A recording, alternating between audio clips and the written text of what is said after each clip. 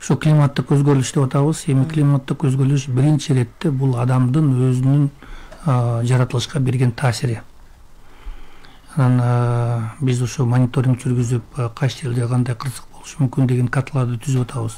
Биздин Кыргызстаныбыз мисалы 94% бул тоолор жайгашкан райондор болуп эсептелет. Болгону теги жерлерибиз бизде 6%.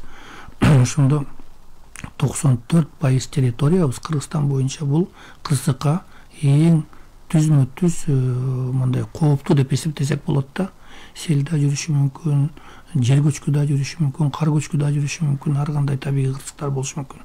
Бирок мен өзгөчө токтоп кетет элем мына именно сел көчкү селдерге.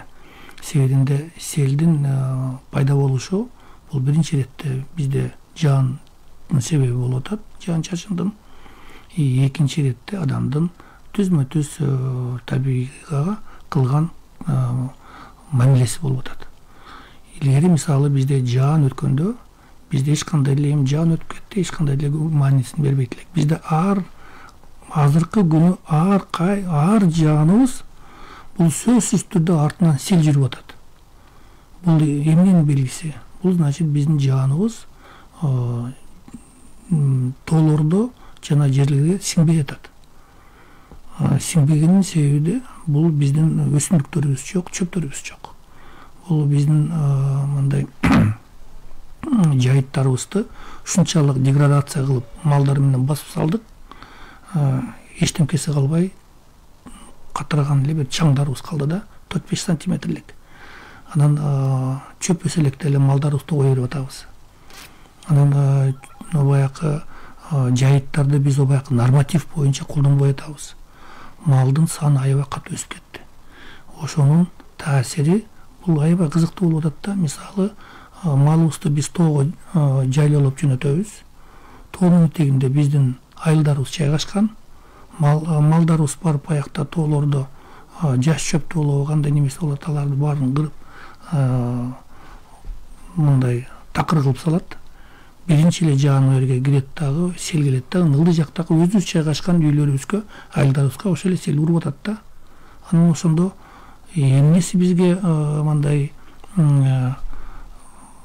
таразага салганда эмне бизге маанилүү? Биздин айылдарыбыздын, үйлөрүбүздүн коопсуздугу же 1-2 баш мал же 5-10 баш малдын санын көбөйтүүбү? Анан ошол жерден биз катуу көңүл бурушубуз керек. Бул урматтуу президент Садыр Кожоевич да бул маселени аябай терең билет. Муну дагы мына чоң площадкада, Европанын площадкаларында дагы айтып кеткен. Мына биздин быйылкы 24-жылды Годкор деп жарыялады. 25-жылды дагы ошо Годкорду уланталы. Анан ошо боюнча бизге дагы мындай табигый жагынан жакшы мындай пландарды уюштуруп, ошолорду аткаралы депчи. Анан ошо аткаргалардын арасында сөзсүз түрдө малдын санын азайтыш керек. Малды сөзсүз түрдө санын эсептеш керек. Канча сан бар, ошого жараша нагрузкаларды жүргүзүш керек дагы. Айырге жайыт керек. Бирок ошо жайыттарга малды жөнөткөндө биз ошо мындай наука менен, билим менен ошо жайыттарды биз колдонушубуз керек.